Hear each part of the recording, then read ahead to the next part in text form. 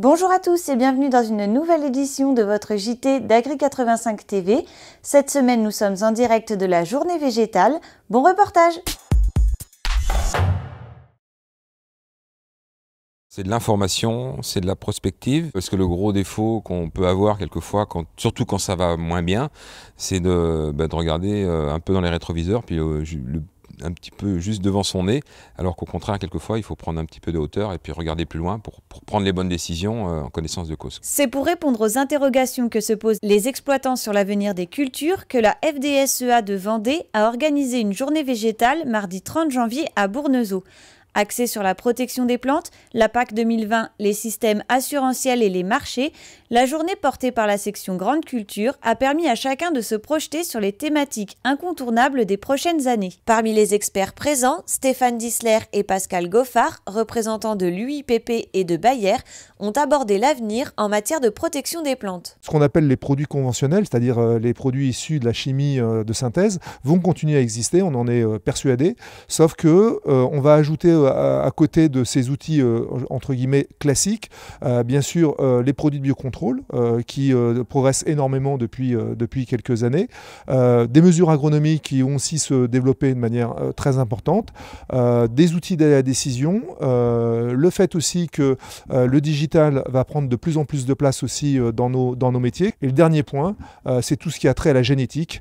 Et là aussi, on attend des bonds en avant pour pouvoir à la fois s'adapter aux besoins des consommateurs et puis d'autre part faire en sorte qu'une agriculture productive puisse exister encore en France. Pour faire bouger les choses, par exemple en matière de drainage, il y a deux grands axes qui sont travaillés, soit l'installation de zones tampons humides artificielles qui vont recueillir l'eau de drainage et qui permet de la dégradation des produits phytosanitaires avant que l'eau aille dans les rivières. C'est le deuxième axe. On est en train de travailler un logiciel de prévision pour les traitements, pour traiter en dehors des périodes d'écoulement. Le sujet de la communication auprès du grand public a également été abordé. Le glyphosate est devenu un sujet un peu emblématique au niveau de l'opinion publique. Peut-être l'ensemble de la pression n'a peut-être pas encore réussi à expliquer l'utilité donc des outils pour protéger les plantes, pour protéger les cultures. Ceci étant dit, aujourd'hui, une molécule comme le glyphosate reste indispensable pour pouvoir assurer un revenu correct aux agriculteurs et tout en respectant bien évidemment à la fois l'environnement et la santé de nos concitoyens. Aujourd'hui, la France est un des grands pays agricoles qui a dans sa politique agricole misé tout sur la réduction des produits phyto. Moi, je milite pour une réduction des impacts, donc d'orienter les aides à l'agriculture plus vers la réduction d'impact, permettre aux agriculteurs de réaliser des aménagements, des bassins tampons, des talus, remettre à des endroits stratégiques pour le ruissellement et qui permettront d'utiliser, de respecter l'environnement. On pourra utiliser en plus grande sécurité sans pour autant compromettre le potentiel agricole du secteur.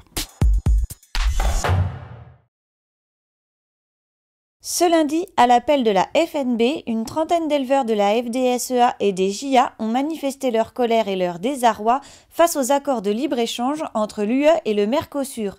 Réunis à la préfecture, ils ont dénoncé les conséquences à courte échéance qu'engendrerait la signature de cet accord. Plusieurs actions ont également eu lieu au niveau national et le message a été réaffirmé au congrès de la FNB mercredi 7 février lors de la venue du ministre de l'Agriculture.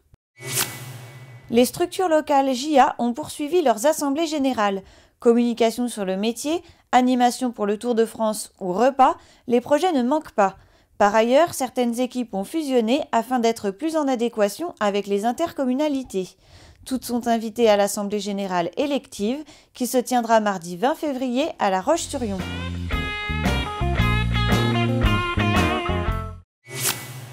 Ce vendredi paraîtra le nouveau supplément de la Vendée agricole AgriSenior. Adressé en priorité aux agriculteurs et agricultrices à la retraite, il paraîtra 6 fois par an. AgriSenior traite d'actualités pratiques, juridiques, santé ou encore loisirs. 2 formules d'abonnement sont possibles. Information auprès de votre trésorier de SEA.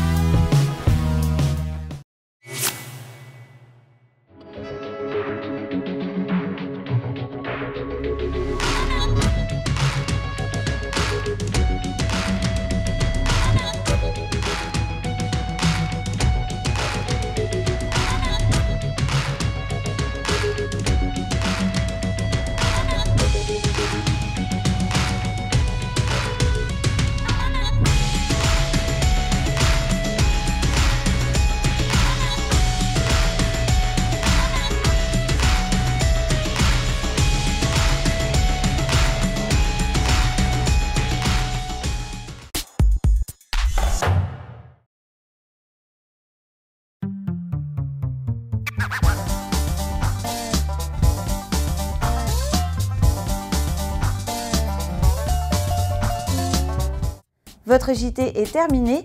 Merci à tous de nous avoir suivis et on se donne rendez-vous dès vendredi prochain.